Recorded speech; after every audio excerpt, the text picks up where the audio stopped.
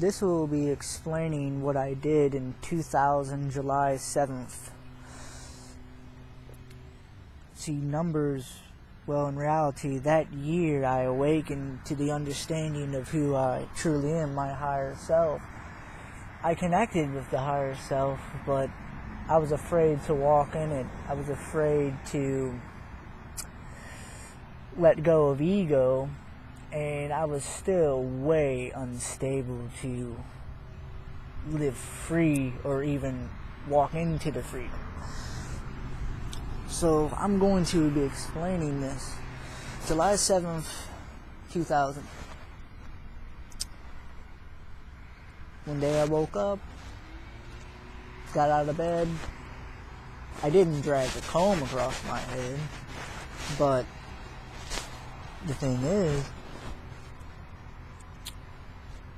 I was delusioned in the sense of I was thinking that my family was black because I've always been connected with black people because of the suffering and the pain that they've endured throughout the years in the United States and in Africa, of course, because I've always been connected to those that have suffered greatly, like the American Native Indians.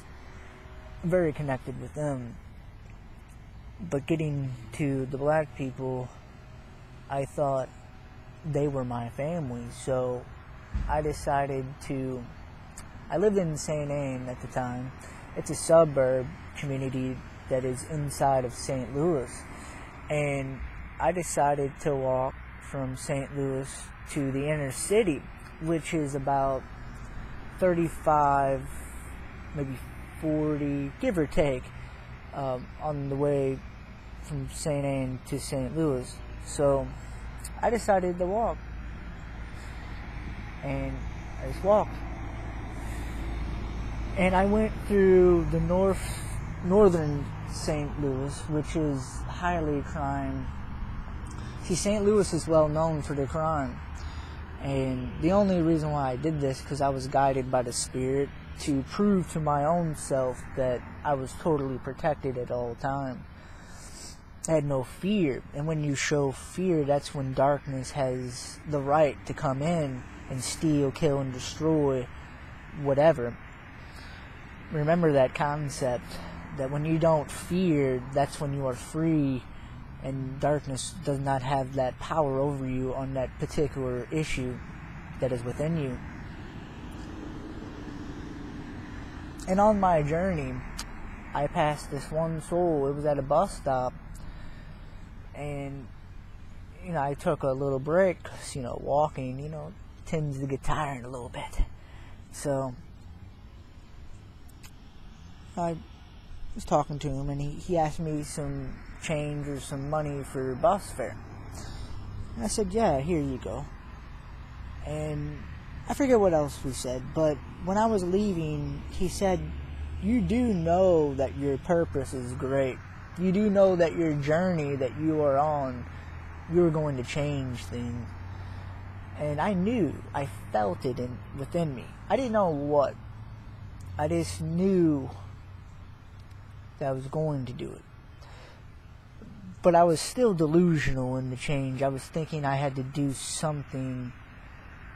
I thought I was going to be, in reality, one that was going to connect black people, and we were going to rise up and take back the power in a violent way, not an unpeaceful way. But the point is that his spirit knew, the source told him within him that I was great and destined for great things. So I started walking more and more and more until I got to the arch. So I decided to hang around there.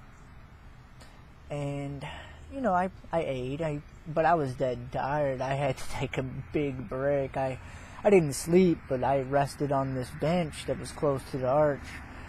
And it started to get dark. And I realized that I don't think I'm going to find this excuse me, this so-called family that I thought. So I started walking back home. And this is the real big element of the story that really always makes me think about. There was a gang that I was walking. Dr. Martin Luther King Drive is what it's called, the street, and it turns into St. Charles Rock Road, but of course it was called this at the time when it was in North St. Louis, or is in North St. Louis. So there was a gang, they were on the other side, they're all wearing white. That's why I knew they were a gang. And this one guy said, he seen me and he said, "What's this white boy doing in my neighborhood? What's this?" And within seconds, his friend whispered something in his ear, and within a moment, he said, "Oh, I'm sorry, cuz." And the thing is, source spirit protecting me, telling that one that don't mess with him, he's cool, just let him be, just let him go.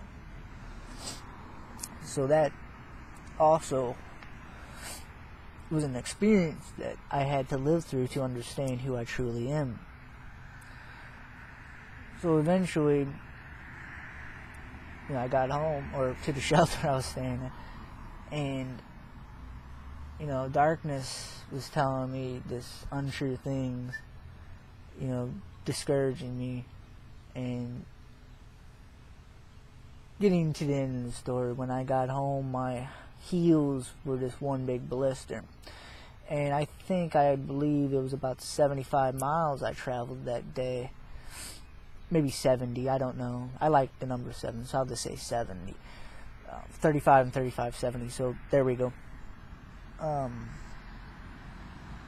This is just a short paragraph of my chapter of the never-ending story, which you have a chapter in too, which I would love to hear your chapter in the story. That's why I'm encouraging myself to do this. I'm encouraging you to do this and trying to inspire for you to share your stories that you may not feel will help others, but everything that is experienced in your life will help. Remember that. And I nicknamed the walk that I had after I was done the Walk of Life. Maybe I got it from Dire Straits, and it was Dire Straits, but this is the Walk of Life story. I hope you get inspired.